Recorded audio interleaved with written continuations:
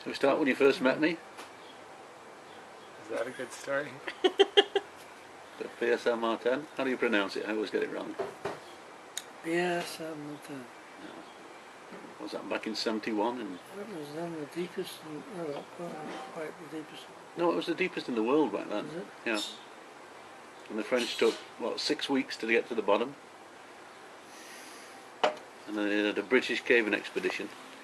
And literally took all the Yorkshire Dale cavers and went out there for 2 weeks. And we bottomed it within 6 days, 7 days. Yes, you almost broke the world depth record, but not quite. No. The last pitch ended in a dud. Well, we found a completely different section. I think they call it the English extension. In a French type way. I can't remember what they did it. But it went charging down and it just stopped just above where the old sub was. A completely different section. Yeah, it was amazing. I remember Michael, I went through the top section and I dropped a ladder down one of those whirlpools, didn't I, Mike? Yeah. I went back, next time I went through, I ducked in and went out, you know, over my head, a small whirlpool like that, down in over my head, and scooped it up with my foot and brought it out, because we did it on ladders back then. This was before single rope techniques got in. And he gave me shit about doing that. Said I could have drowned myself, but I got the ladder back.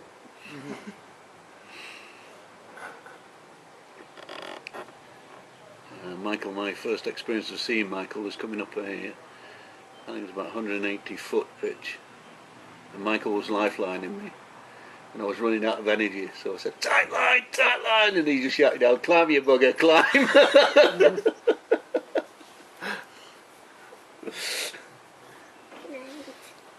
Good night, but that's my dreams. I'm not going to sleep yet, I'm watching like...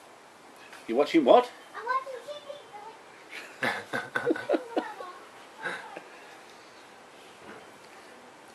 And one of the experiences I've got with Michael was the EDF tunnel goes up and it comes in at Salminentam is the name of the big chamber. There's a huge chamber there. Sal de Laverna. Sal Laverna, yeah. Sal de Laverna. 100 metres by 100 metres by 100 metres, like it's a huge wow. chamber. When they first came out in it, they thought they walked out into night, into the moors sort of thing. But no, it's a huge chamber. And they put this EDF tunnel in thinking there was enough water to do electricity there. Well, Michael was up there at the camp. They had a hut just outside, and one of my first impressions of Michael was he had a pot of stew going on, this big roaring fire, and a pan about this big, stirring it with a 6-foot stick. He was feeding everybody as he came out of the cave. And then he said, John, why don't you come to Canada and make a man of you? And lo and behold, next year I was coming out to see you, wasn't I, Michael? That's true. Yeah. Up to Vancouver. We bought how much did it cost? $200. And you wouldn't barter for it, yeah. We went out and bought this car together, and it was on a long weekend. So we went to drive this car, and it stalled on us, and we couldn't get it going again. And we asked this gentleman to help us out, and he came over and fiddled with it and started. We asked him whether he thought this car was worth a couple of $100. He says, yeah, that car will go forever. Just keep nursing it along, it'll be a great sort of thing. So we bought it, didn't we? And we couldn't get it insured for 2 days because insurance companies were closed. So we came over and we bought this car, and then we started going through the Rockies, didn't we? Yeah, I wanted you to go to the Staring River. Yes. But you wanted to see the Queen. So we went to the Stampede instead and saw the Queen. But you packed me off the next week for the snaring, didn't you? With a dozen hard-boiled eggs. Yes. How long was he gone for? 2 weeks. Live off the land. Live off the land, yeah. Had a carbide light for lighting fires. I didn't know how to light a fire back then, just from England. You never lit a fire anywhere, except on Guy Fawkes night. Now, back in the bush there, like the carbide lamp going and all sticks around and gets a fire going. So. And it gave me an initiative to float down the snaring, didn't you? And I got to the start of the snaring in the headwaters, and I thought, oh, I'm going to jump in this inner tube, it'd be nice and easy. but I'd misjudged the water level. The water level was it was very rapid, and it was too low basically. So I jumped in and had my food on my lap in a big plastic bag with a rucksack there, and sitting there, and then suddenly this white patch come roaring round me, and it was my milk. My powdered milk had split open and it was covering the water with powdered milk. So I thought it best to walk after that. And then you saw the disappearing, reappearing streams. Yes, yes. Went up there and checked that out. Saw these rivers, and then the next day they disappeared.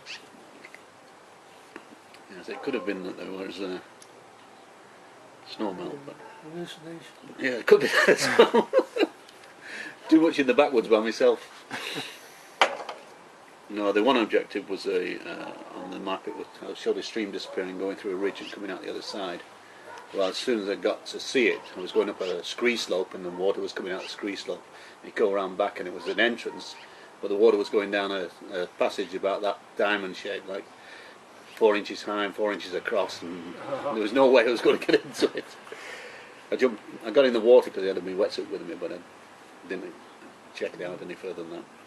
Wasn't going to go too far anyway. So, and then on the way out, it was floating out. It's absolutely wonderful, watching all this scenery go past and things like that. And then I decided to get out.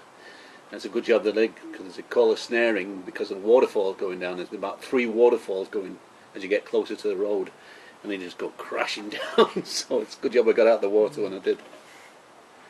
We eventually made it back, didn't we? Yep. Did we do Art Thomas that year as well?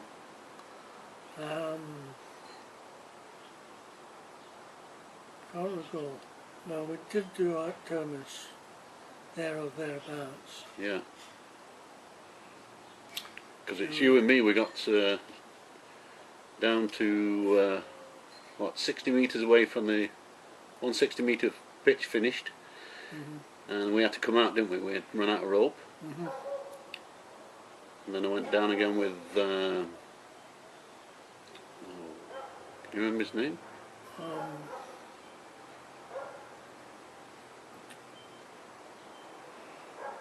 name's gone. He died later getting crushed in West Virginia. Yeah. Tracy? Tracy. George Tracy. George Tracy, yeah.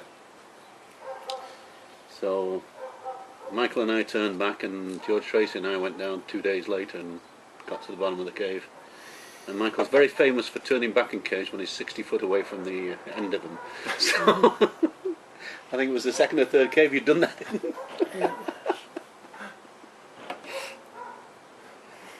So yes, That was an amazing cave, Art Thomas. it still is, yes. Absolutely Still is. fantastic. But I think Tupper Sink will be exactly like that. Just go, you'll be able to do most of it without tackle. Pre-crime, free-crime. Just the first 2 pitches. One at the beginning and one One at the end. Yeah, that'd be it. Whole bunch of logs at the top to anchor a rope off of. Yes. It certainly looks that way, doesn't it? Yeah. The Tupper boy. It's rather uncharacteristic, that big pitch, compared to Nakimu. Nakimu must have been a different strata or whatever. Because it's, that big pitch is really big. Which cave in, Michael? Raspberry Spring. Oh, the one, Raspberry Rising, yeah. Raspberry Rising.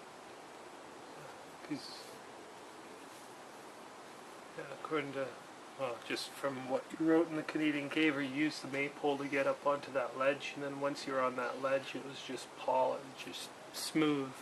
And the ledge was below. Oh, below? Yeah, the ledge is about very easy climb, Mm-hmm. about 15 feet, and then it was water.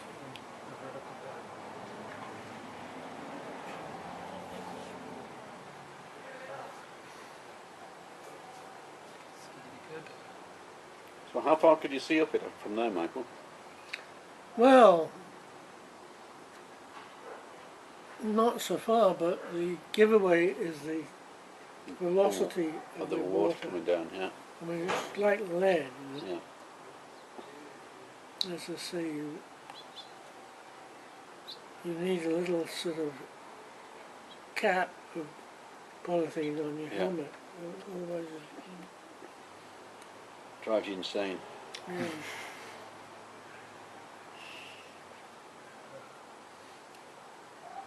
But you know, it's a big pitch, judging from the velocity of the water. Yeah.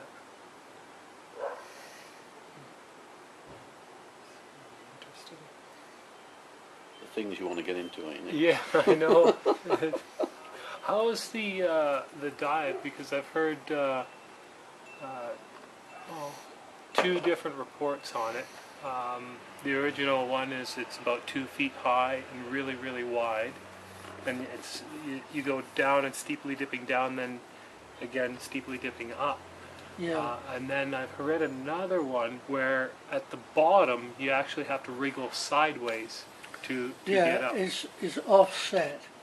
The passage goes like this, down to the deepest point, then offset a little bit, a couple of feet, and again going up. Ah, It's a very easy sum. The only possible problem is coming back if you go too high. yeah. With a little cul-de-sac. There's a little cul-de-sac, yeah. But I mean, if someone goes up there, just grab their feet and just gently indicate that they should be moved. You also mentioned before, Michael, that the rope would slip into the tight section. You've got to move over to get into the main passage. Am I correct with that? No, I don't think so. Okay. No recollection. But it's a very easy sum. Just down, offset slightly, and then up. And as I say, this higher passage may lure you into it when you're coming back. But it's there's no problem. It's a complete cul-de-sac. So just gently tug on the guy's trousers or boots and get him to back out to the main bus. Is that where the air is in the cul-de-sac, Michael? No, there's no air there.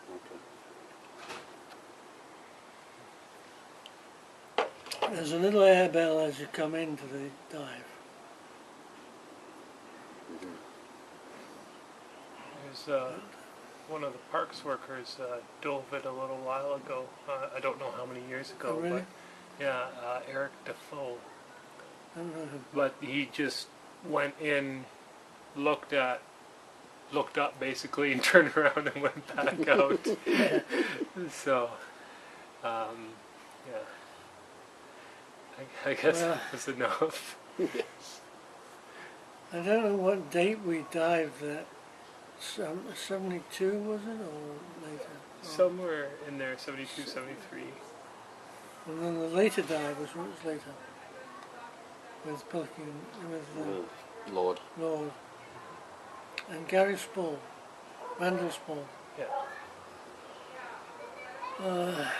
Did Randy go in as well? Yeah. Oh, okay. You know Randy, do you? Yes, I have met him. Yeah. I did hear that you did spend a night in Golden Prison before the dive. Yeah, that was a different episode.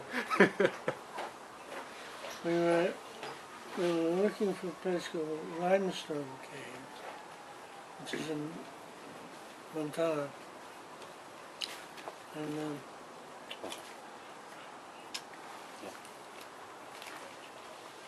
we hitchhiked out from Vancouver, and of course it was bitterly cold. It was like Christmas time. And the people wouldn't let you, insisted that you go home with them. Your last ride of the day kind of thing. So we spent all the nights inside.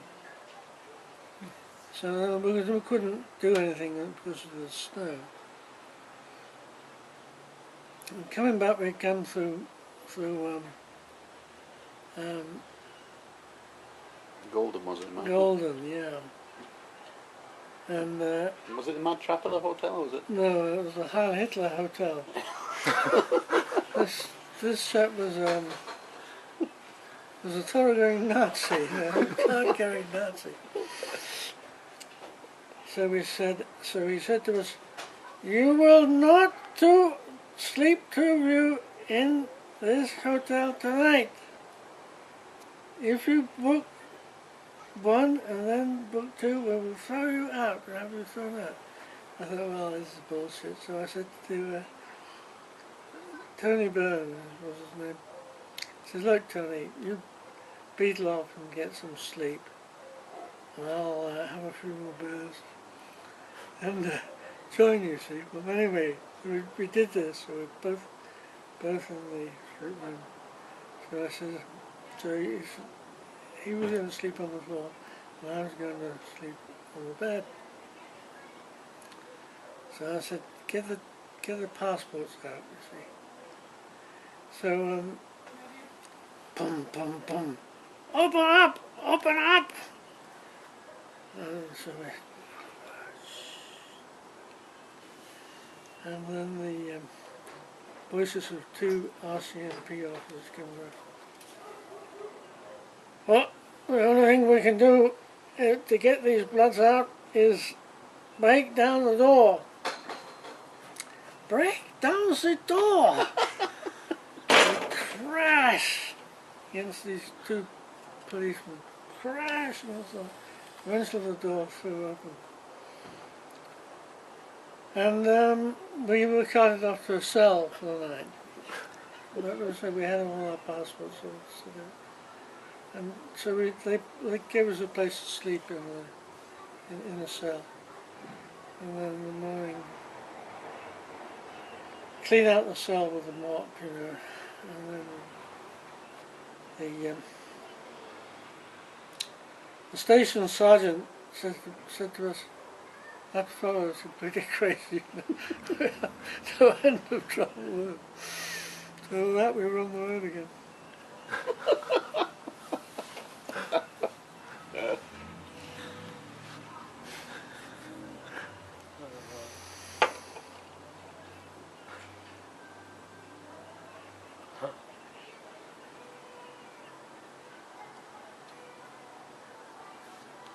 What's that place up by Jasper, Michael, where you spent a bit of time? And you were Moline Canyon, is it? Marine Canyon, yeah. And you were higher up, weren't you? Because they thought there was going to be caves up there. Yeah. What were you doing up there? Well, we were trying to find caves, but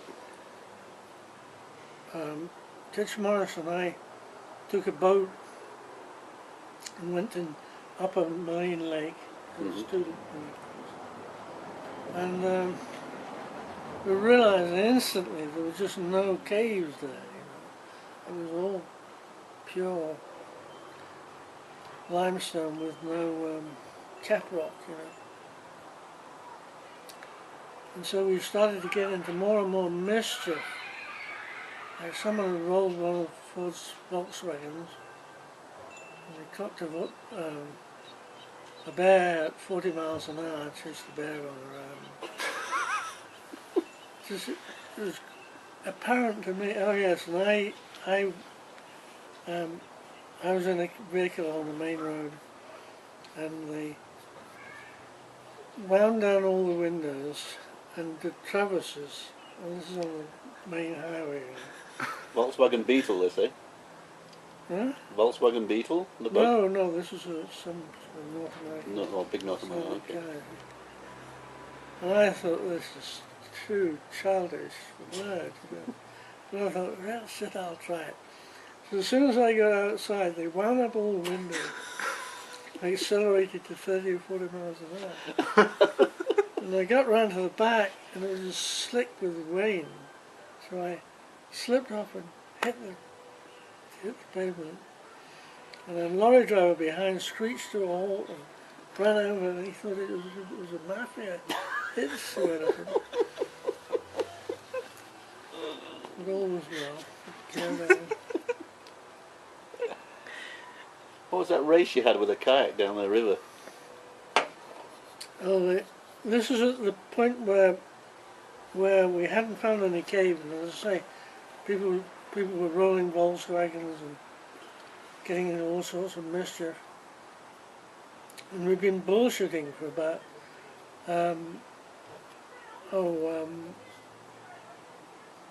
2 months probably, about floating down the river, you see. So I, of course, had a kayak, a very expensive kayak, that had survived being thrown out of my bedroom window by my mother. But there were. It was a collapsible one, wasn't it, Michael? It was the collapsible one, very collapsible. As I tell you. So eventually Monica says, let's quit all this bullshit and float down the river, right? Every man, woman and child grab your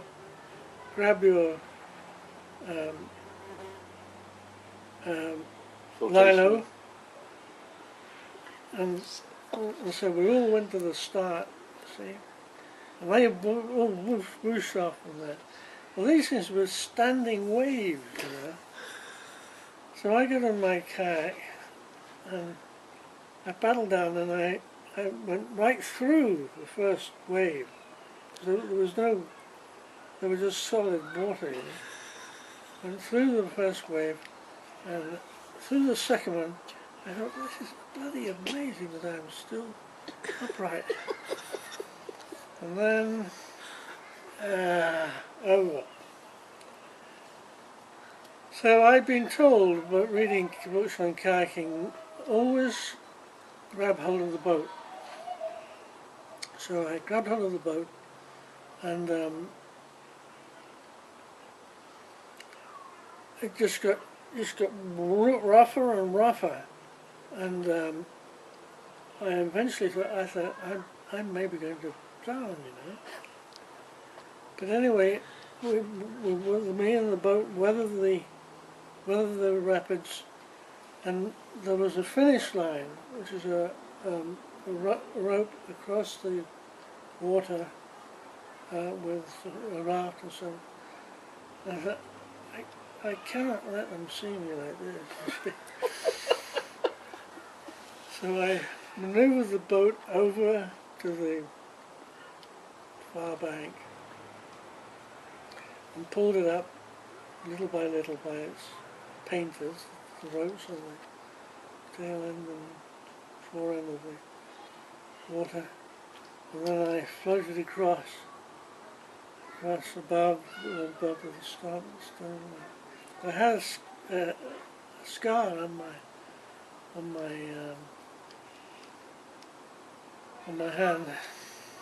So the boat was just trashed, just complete trash. Oh, Which river was this? Moline River. Moline Going River. after Moline Lake. So they're up top looking for caves and evidently got bored.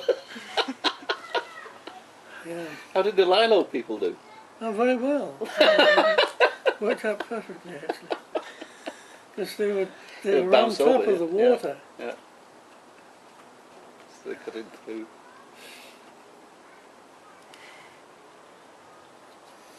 You had another episode in water down in Yo Cheap, didn't you?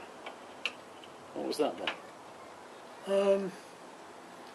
Describe Yo Cheap catchment area for us. Well, Yo Cheap catchment.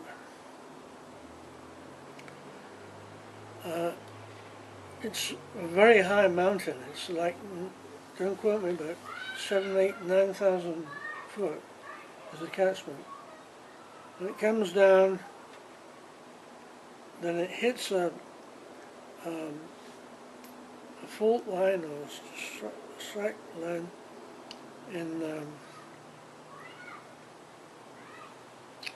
which has got another stream in it. So you have two streams junction, and together they go down Chikha, just salt or sweet water. And then it winds all its way down to Well, it's down a long valley to Yo Cheap itself, doesn't it? Yo Cheap itself.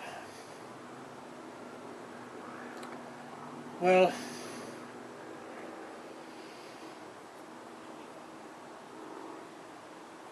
And your Cheap is a huge river cave, isn't it? Yeah. It's massive. Well, we were detackling your Cheap in one of the earlier trips, and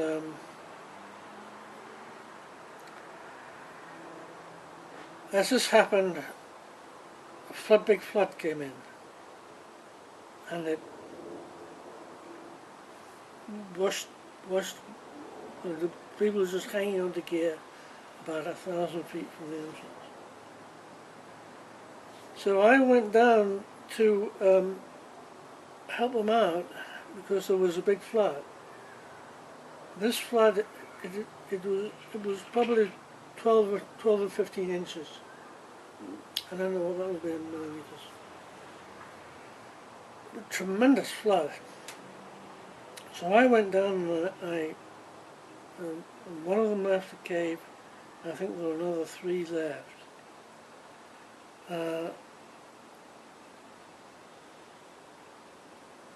And then the water rose again. So I grabbed hold of a line, worked my way upstream on it, dived across the river, and belayed this rope.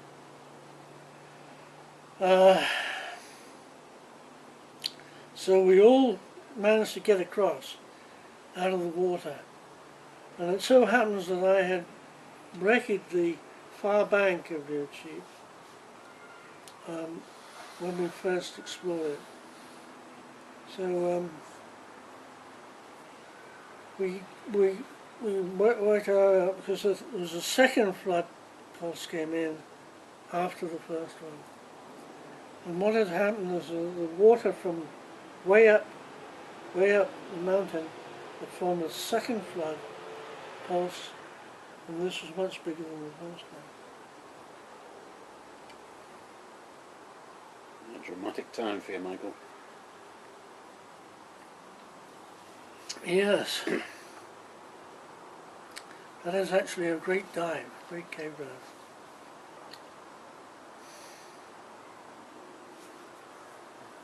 How many times did you go back to your Cheap?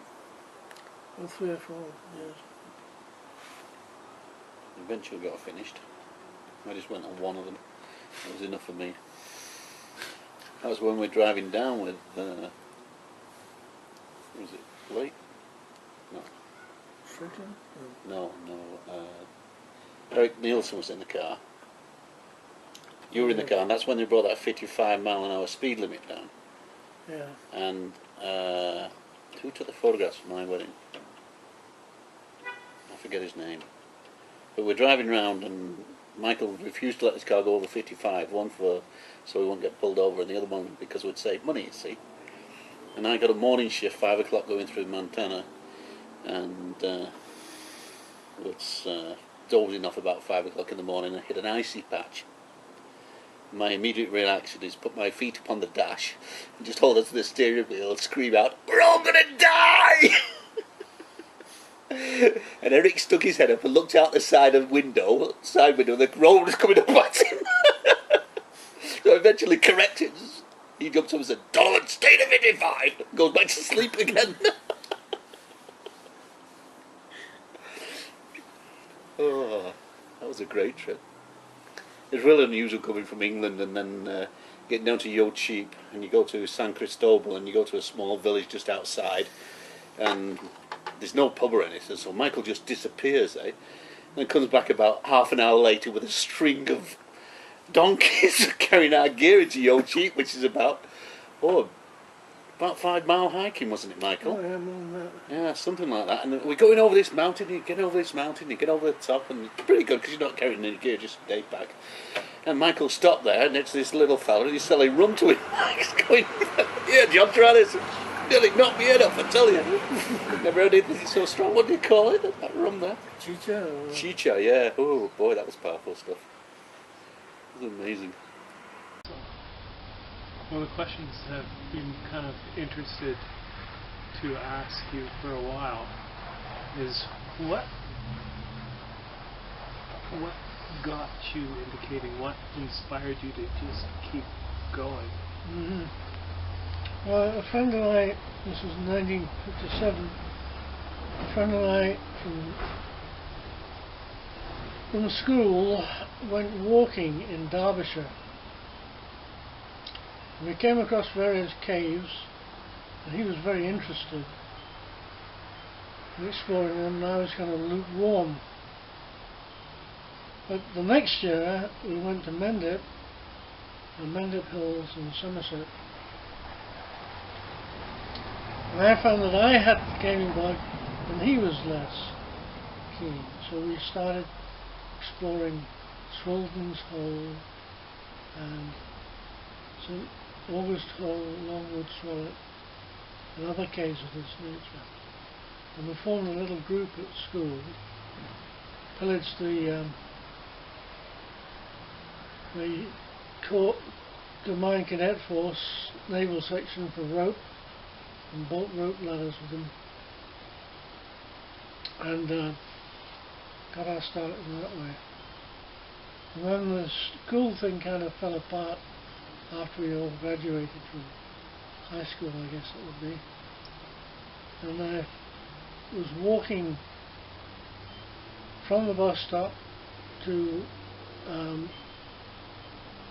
the caving huts, and I fell in step with a young lad there, or not so young lad, older than me, who said that we were going to go down Swilden's Hole the previous day. And so I said, can I come?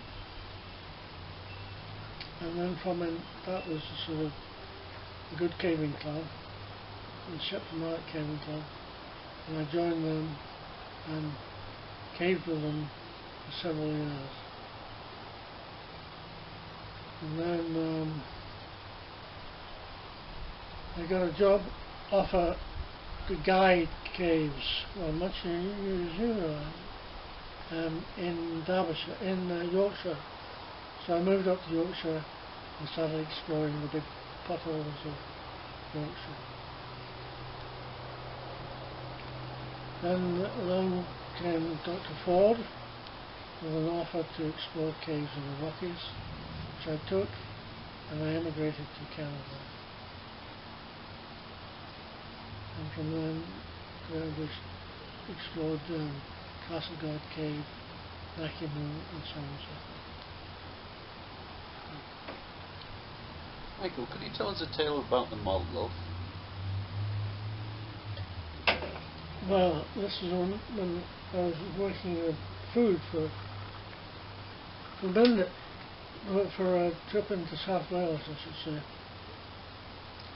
And I was working in a bindery in London, and I had these book presses. So I got a loaf and pressed and pressed and pressed until it came out about the thickness of a tortilla, because of all the basic bulk of a loaf. Can you describe what a malt loaf is, though, Michael? It's a very heavy bread, isn't it? Yeah, so this wasn't a malt loaf. Okay. This was an ordinary loaf. So of course I take it down and say, what's this? What's this? Cut a chunk of it out, put it in their mouth, and as they swallowed it, it expanded in the stomach.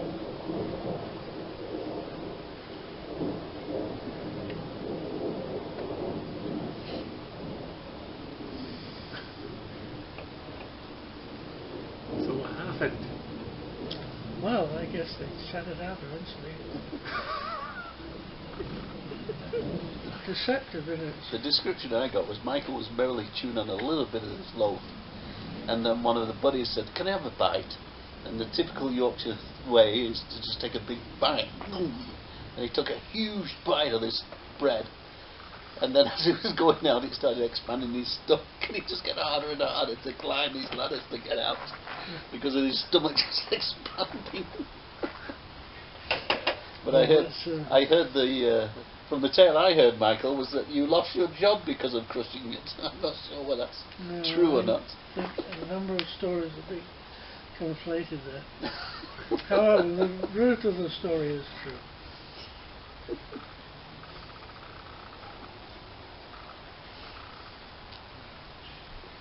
So what got you kind of hooked on caving? Well, as I say, this second trip down to Mendip, Somerset, and I was really hooked. And as I say, we formed a caving club at school, and did some pretty keen caving. Yeah, Swilden's 6. No, this was later. Ah. This was later, after I joined the Shepton North Caving Club and Cave Diving Group.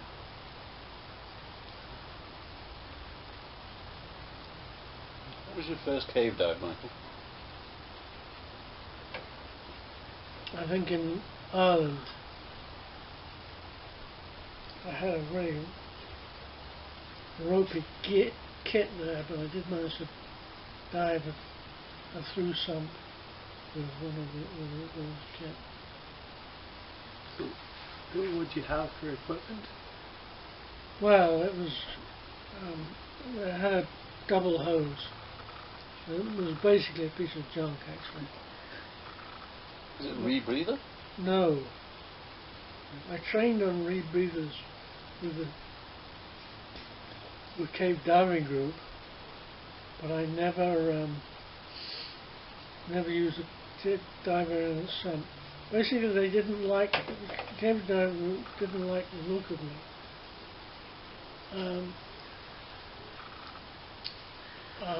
So they were sort of looking askance at my taking training with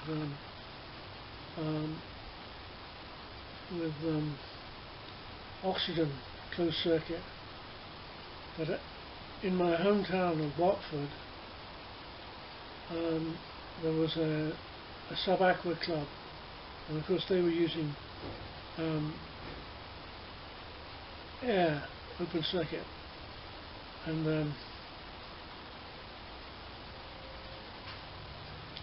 they also introduced me to a single hose, an American style rig, which had a single medium pressure hose running from the cylinders on the back to the mouthpiece, and eventually a very good quality brand of this type of open circuit hose came on the market, and I bought one, and that was what I used. Your trip to Ireland, you used some unusual transport, I understand. A pony. How much was it? What, the pony? The cost, yeah. Oh, I don't know, a couple of quid a week or something. Oh, you hired it. Pretty Okay. cheap. Yeah, I had it. But I went to do a climb in the Galtee Mountains, because the Galtee Mountains were swathed in mist for like 2 or 3 months at a stretch. So I cut the pony loose in a meadow and went caving in the Mitchelstown Caves, which are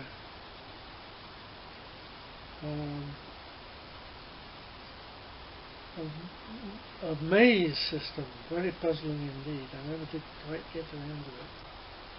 And then of course the pony had gone native, faced with the problem of catching it, returned to its owner, but I did eventually get hold of it. Wasn't you reading a book on the pony when it came across an obstacle?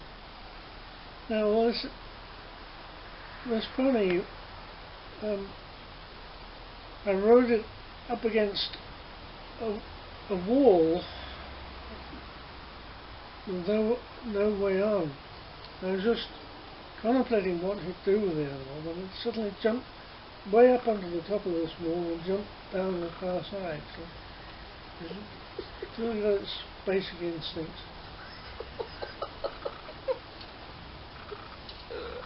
As I said, it had a 3-week holiday. How many times did you go caving in Ireland? Oh, a lot. Many times. they made some big discoveries over there. And the cradle hole system. We found a lot of passage, stream passage.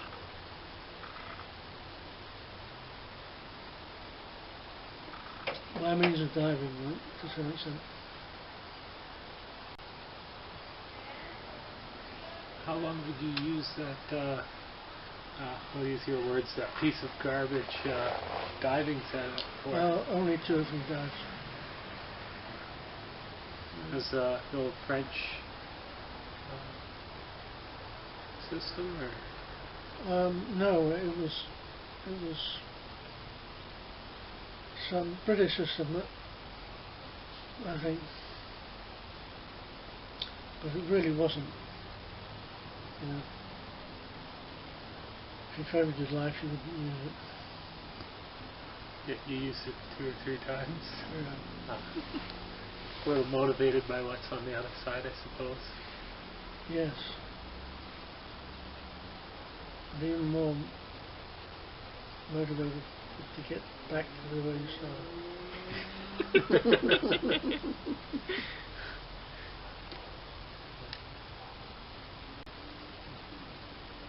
So is the American systems what you used to pass Wildern 6? Yeah.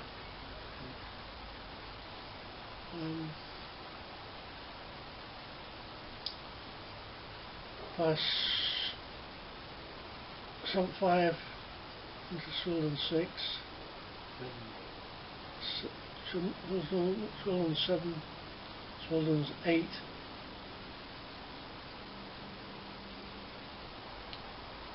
But at this point there was a very big turnover of cave divers. Basically, some of them were married men, and it was a question for them as whether it's worth diving. Whether it was a reasonable risk, given that we had a family.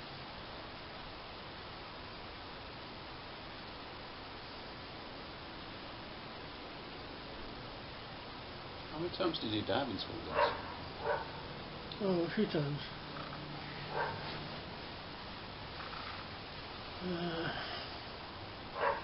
5 or 6 times or so. Yeah. Who did you have helping you carry gear? Oh, there were various persons. One dive I did do that was useful was the dive from Swordens 4 into Swordens 3. Because that linked up the streamer, so you didn't have to carry all the gear to the high level caverns, Paradise Regain and so on. And you could just go straight down the stream. Mm.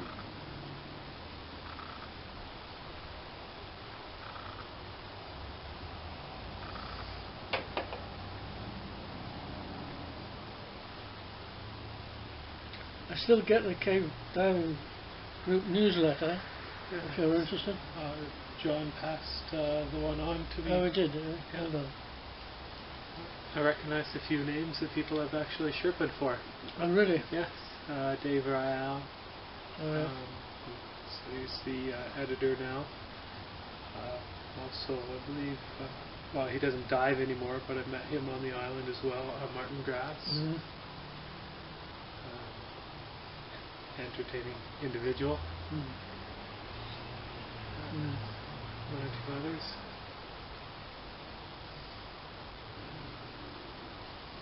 Any tales about Titch Mice, Michael?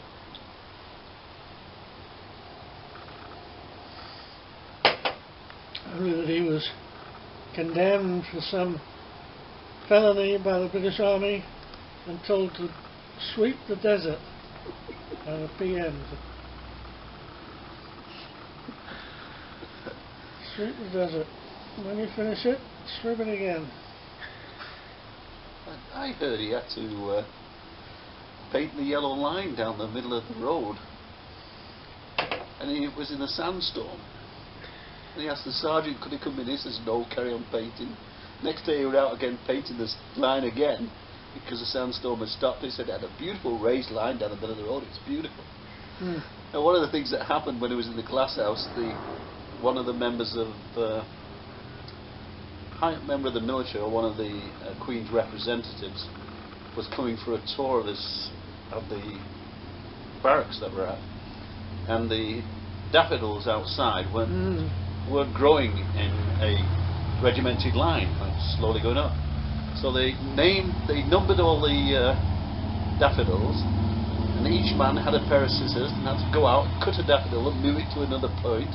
And they went out and cut the daffodils, moved them to the point, all stood there while this important person drove past, and the daffodils all died. Princess Anne. Princess Anne was it who went past, yes. Titch had some good stories. Wasn't it the first time I met Titch when we was up in Jasper? And he cooked us the meal in the campsite when we were going to Aunt Thomas that time. Oh yeah. Monica. How many times did you go to Jamaica for camping? Just once. Just the one time in Bristol with Titch Morris? Yeah. He lives in Farmer Stirls.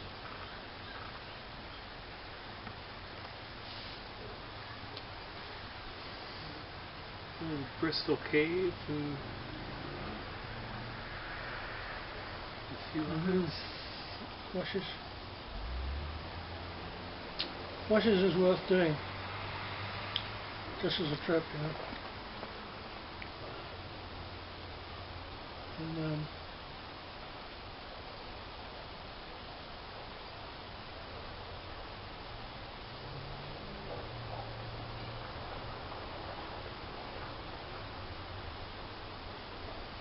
Cave River is another great cave.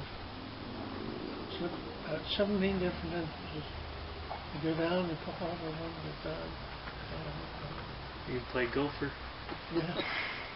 Hopefully nobody's on the other end to bonk you in the head with a stick.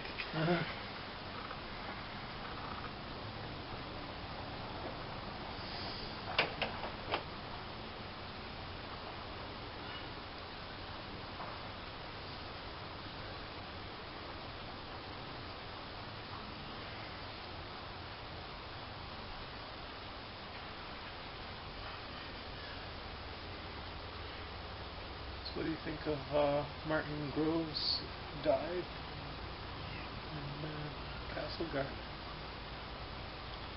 Amazing. It turns out it's good visibility, but it's a long way. And,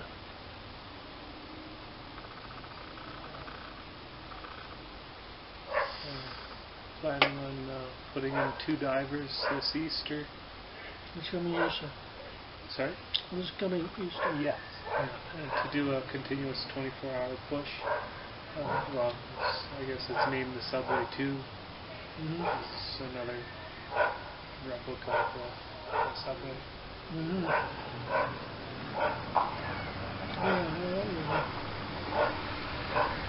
Amazing dive. Did you Sherpa for him last time? Himself? Yeah. Last 2 times. Just 2 times? Yeah. How did you find Boon's Monday?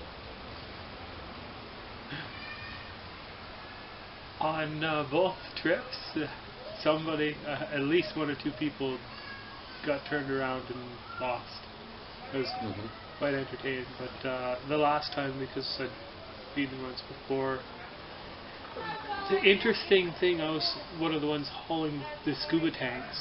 I was paired up with Andre Whitehouse, and all the heavy gear ended up there first before the diver and everything else.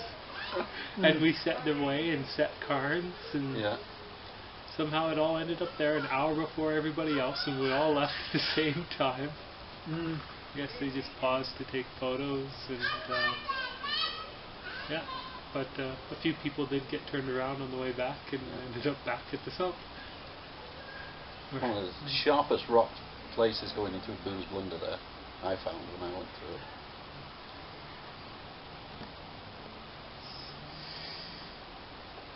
Neat passageway though, real wide and lots of other possibilities. Mm-hmm.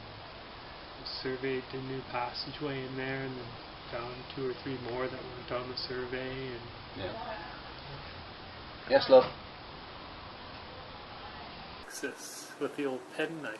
Oh, Yeah. I think you're going. it was as Hyde Datsun we went down to. Pete Lord was on that trip. Beckett. Mm-hmm. And who else was on it? You, me, Pete Lord and Beckett, I think that was it, wasn't it? Mm-hmm. I met up with Strickland and Blake Harrison. Mm-hmm. And Strickland took us up to, what's the name of that cave? Hoy Hoya de Salas, yeah, and that drive-in. Remember that drive-in in Strickland? He had this really old 4-wheel drive. We were all piled in there with a lot of gear, with a hell of a lot of stuff, but it probably only got 2 miles to the gallon or something like that. But we're driving up these logging roads looking for this village, and it's getting dark, mainly because of those storms coming in, like it was still early in the afternoon. And he says, I'm not driving a foot further until we find out where the cave is and stop the vehicle. And this storm broke out. I've never seen anything like it. There was 3 different storms going on all around us, crashing thunder and lightning all around. And Strickland had this tarp that he brought out of the back of his vehicle, and we sort of stood underneath this tarp, cooking supper and things, and crashing and banging, and it was a terrific sight. Anyway, eventually that passes over and we get set up for the night and go to sleep. But I think most of us slept in the vehicle, didn't we, Michael? Mm-hmm. If I remember rightly. And then Blake and myself went off to find this cave, Hoya de Salas. And we find it and find the village, and it's fine until we find out the cave is taking water. Mm-hmm. First time ever anybody's seen it taking water. Just amazing. And so Strickland must know you don't want to do this cave at all. No. We eventually talk him down into doing it, don't we? Yeah. Well, it says it was better than ours. Maybe. So, what was the entrance bit? I know it's a big one. 200 and something, 250. 250 feet, yeah. Was it? No, it was feet rather than metres. Right, and then you had a series of other pictures until you came to the one above the sump, which was about 130 above the sump. You remember us standing by the sump there, setting up camp, and Pete being above us? Mm-hmm. What did he have to say for himself? You remember that? You remember he turned upside down in his figure of 8 locked off? Oh, Pete Lord. Pete Lord, yeah. Yeah. What did Pete say from above? We're all going to die, probably. I think it was something like effing hell or something. And your comment was, I don't know whether you can remember your comment, Malcolm, but it was, just throw your rucksack off. And I'm thinking, we stood here, there's no place for that rucksack to go except on top of our heads. And the water was still running there, wasn't it? But before the sump. And Yeah. the area for sleeping in was pretty small, as I remember rightly. Because you made me sleep under an overhang. And poor Peter got so freaked out about it, he was listening to the drips all night. So I never got any... Yeah, scamming the water drops, thinking it was coming up more. And what were we going after there? We're doing some blasting at... Blast the end of it. But it was a very, very low duck. Quite the lowest duck I've ever seen. And then beyond, passage was constricted. So it didn't go, basically. No. Well, there is a passage that Pete Lord went into higher up, that he didn't push, or that we didn't push. That's because he never told us about it until we were out.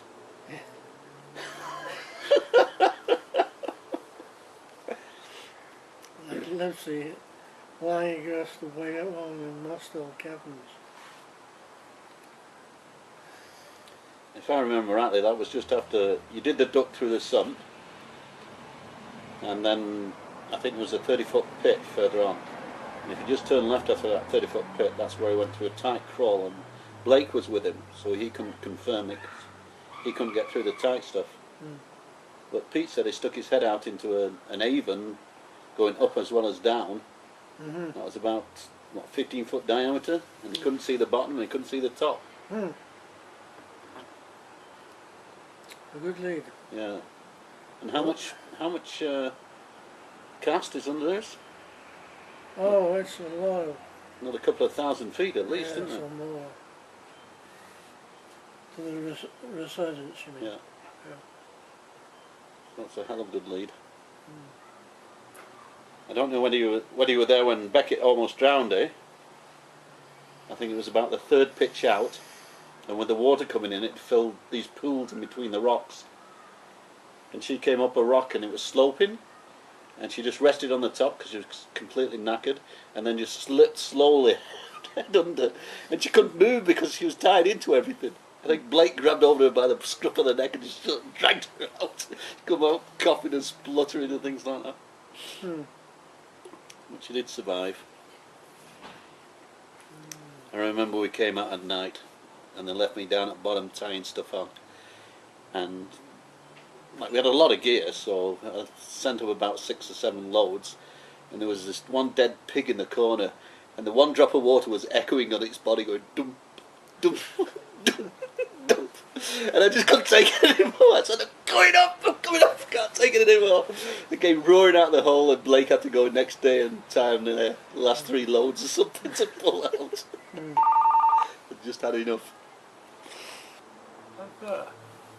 Question. I've read a few of the accounts of the Castle Guard trips that you have done. In particular, your solo trip to the end. How was that? It was 9 days underground? I can't quite recall. It was quite a few days. Well, wasn't very much to mention. It was fairly uneventful. You know. I made a couple of trips through the first fissure and set up a camp beyond the first fissure. And That's where present day Camp 1 is? Camp 1, yeah, I guess so. Well, yeah, it was an emergency camp. And just above the 80. Okay. I don't know if that counts as Camp 1, but probably Camp 1 is beyond the first fissure. It's beyond the first fissure. Yeah.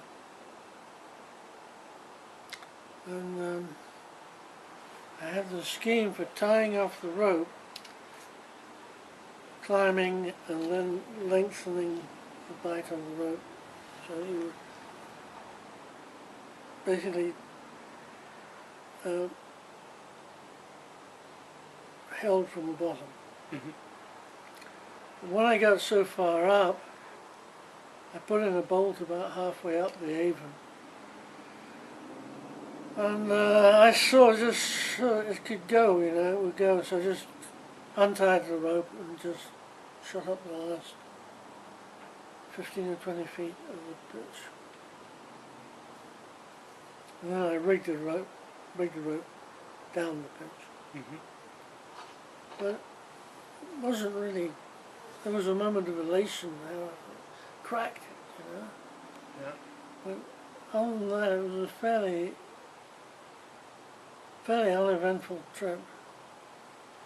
What might have bugged me, actually, and I didn't think so at the time, is if it had snowed Oh?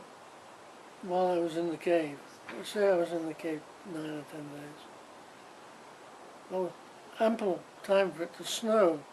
I had no snowshoes and no skis, so I would have had a hell of a job getting out of there. I told a few people that I was going to do the cave, but I'd given them no time frame, you know. Yeah. So that was fortunate. This is the wedding cake. Thank you. With, Why is Boone's blunder at the junction? Why is Well, is there a little bit of a story no, behind that? I just took a wrong turning. How many times? Only once. It's not what I heard, Michael. Yeah. Is this while you're hauling bottles, or is this prior to, Oh no, this is in the early days of exploration. before diving? Yeah. Oh, thank you. Yeah. Okay. Michael, you remember that party at T.R. Evans when we went down to do Holy Salas? Yeah. Where did we get the meat from for that party? From roadkill. Roadkill. Could you explain that a bit? Well, I saw this carcass lying in the. No, Michael, you didn't see the carcass. You saw a truck ahead of us. Well, that's it, whatever you prefer. Well, at least I saw the truck ahead of us take the head off the deer. Yeah. And then we stopped. And you saw the carcass and said, "Stop, John!" And leapt out and hacked the rear legs off. Yes. I remember you only had a penknife to do that with, didn't you? So something like that. Swiss Army knife, I think. And then we drove down the road and stopped at one of those rest stations, and we cleaned the carcass off, the two legs. I remember the little girl being really fascinated and watching us do this. Like we're in a high Datsun with all our gear in, 4 people and all our gear in. And we got these 2 hunches of deer. What the hell do you do? We stuff them in a plastic bag and pack it with ice. And take it to T.R. Evans's. God, he threw a good party that night. I think we lost you about 10 o'clock. You just disappeared. It was a very good party.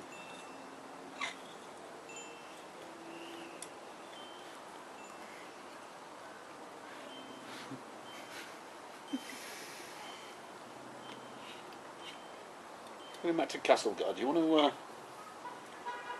go through the soloing for Do Boone's Haven? Yeah, I just have actually. Oh, okay, you did that. As I say, I was a little bit lucky that it didn't snow while I was in there. But I had no snowshoes and no skis. All went well. How much did you actually carry in when you went to do the trip? Because I heard you just lived off the camps that were under. No, I took on my own food. I brought I had an amazing device, you can't buy it now, but it's canned bacon. Danish canned bacon. And I took some powdered potatoes, powdered spud. And I took the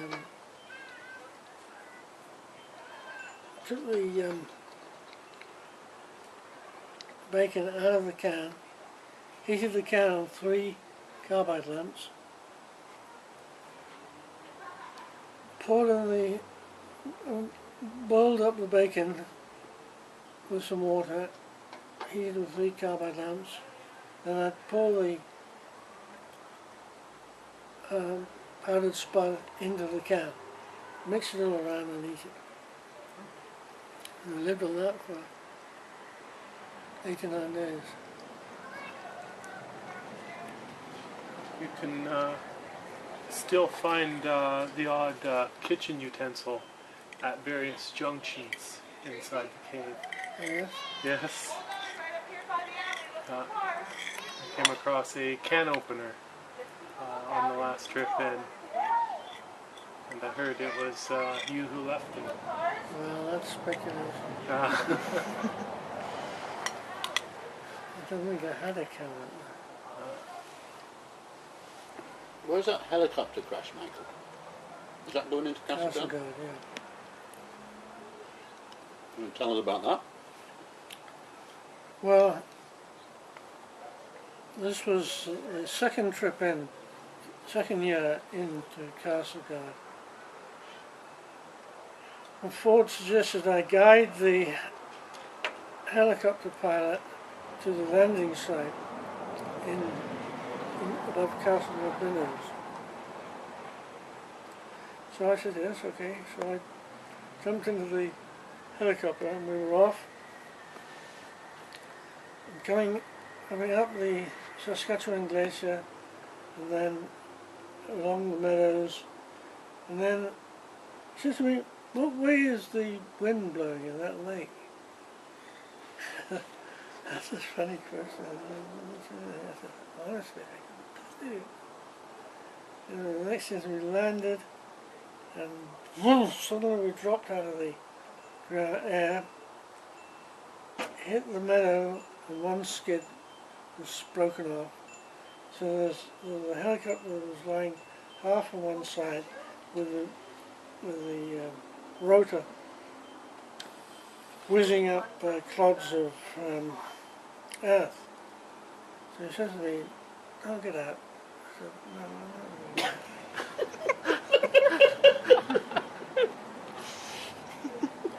But that helicopter never flew again. It has to be transported by an even bigger helicopter back to where you put dead helicopters.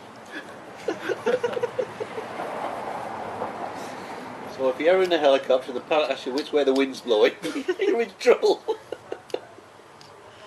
Well, this is a far distant lake, you know. Yes. Where's the wind blowing on that lake?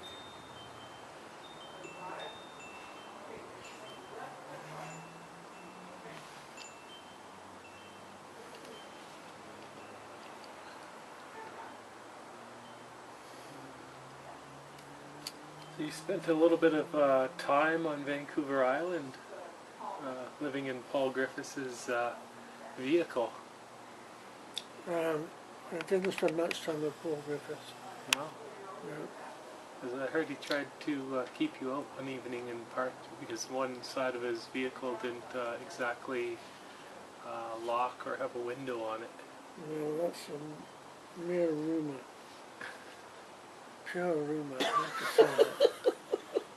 'Cause, I heard he was quite amazed once he parked it up to a wall that somehow in the morning he found you sleeping in there and somehow you managed to squeeze in between this impossible crack to get into the vehicle to sleep.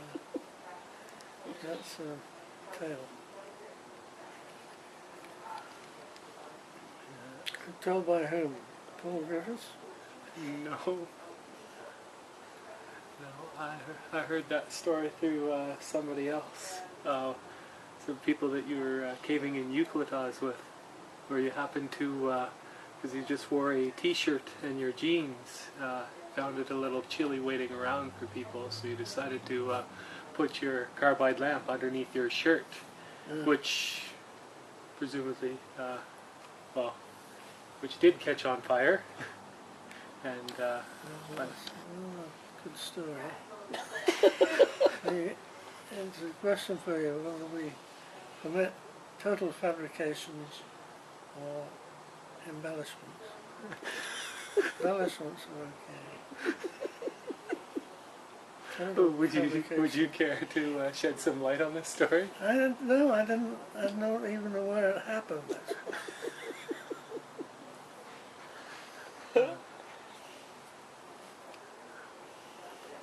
Whereabouts did you cave on Vancouver Island? I forget the name of the cave.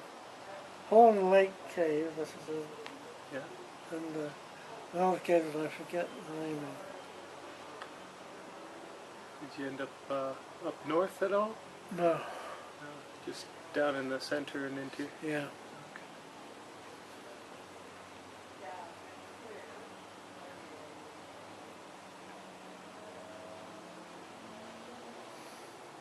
Did you spend a lot of time in Vancouver? Because seems a few stories they all arrive and start out of Vancouver. Mm-hmm.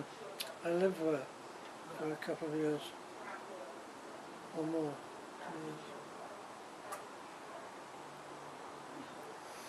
Tell us about the early Yorkshire expeditions, Michael. Not Yorkshire, but Ptolemy Plateau. Well, Ptolemy Plateau was found by Titch Morris and Gary Pilkington, and they found Yorkshire Pot and Gargantua. I was away in England at the moment at that time. But I did catch up with the explorations in Yorkshire Pot, and we found the Green Pool series, and I actually found the way on, but it was very delicately festooned with stalactites, so I didn't push it. But, there's one famous still where we camped in the cave, and I felt the need for a shirt in the middle of the night, and so as not to cause a big ruckus and wake everyone up, I carried my candle down to the top of a steep rock. And then in my clutchings, I blew the candle out. It took me several hours to find my way back in the dark.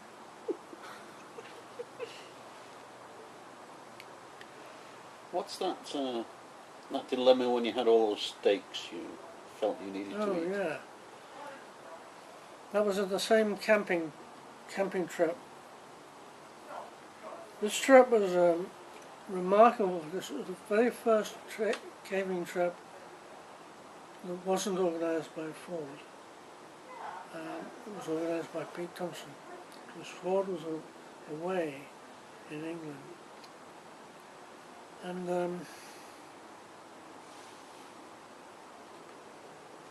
we took a shitload of steak down, like about that deep, and that round. And we never ate it. So this was carried to the surface, and everybody said, "Come on then, lads, let's get down." I said, no. First things first, we've got to finish all the steak. So we had a spade and a stove beneath the spade, and we just sizzled steak after steak after steak after steak. How many did you eat? Oh, probably 3 or 4. But then, as Pete Thompson wrote, the frugal were also cunning, because by the time they get to go down the mountain, there's a big path beaten through the snow. That's good.